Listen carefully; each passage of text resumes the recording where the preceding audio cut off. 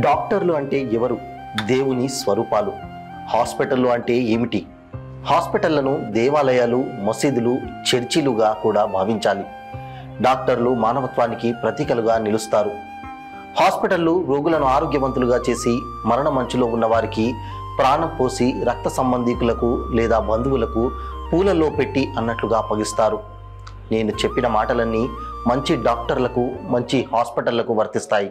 కానీ మానవత్వాన్ని ధ్వంసం చేస్తూ భయంకర రాక్షసుల మాదిరి ప్రవర్తిస్తున్న డాక్టర్లను, కార్పొరేట్ హాస్పిటళ్లు, సూపర్ స్పెషాలిటీ హాస్పిటళ్లను నడుపుతూ శవాలపై చల్లే బొరుగులను, పైసలను, నోట్లను ఏరుకొని తినే బిచ్చగాళ్లలాగా శవ రాజకీయాలను చేస్తున్న యజమానులను ఏమని సంబోధించాలి?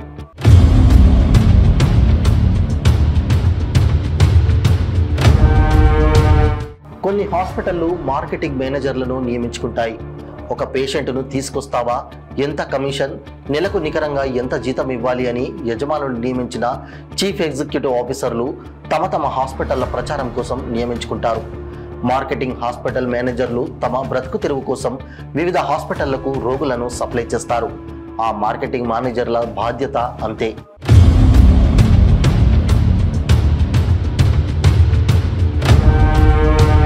తదుపరి రోగిని పరీక్షించి నానా రకాల టెస్టుల పేరుతో రోగుల సంబంధికుల వద్ద వేలు లక్షలు దండుకుంటారు.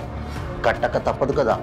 తాళ్ళు అమ్మేసి ఒకడు, ఆస్తులని కుదోపెట్టి మరొకడు, ఇలా హాస్పిటల్లో చెల్లించేవారు చాలామంది.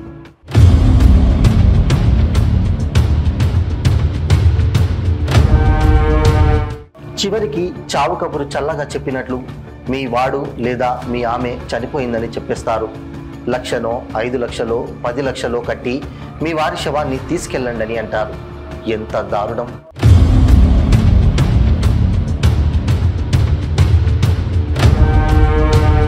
అందుకే సీఎం రేవంత్ రెడ్డి గారు మీరు కలగజేసుకొని వివిధ కార్పొరేట్, సూపర్ స్పెషాలిటీ హాస్పిటల్లో జరుగుతున్న దోపిడీని అరికట్టేందుకు చట్టం తీసుకురండి.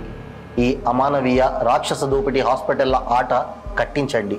ఈ కథనం గనక మీకు నచ్చినట్లయితే ప్రతి ఒక్కరికి షేర్ చేయండి.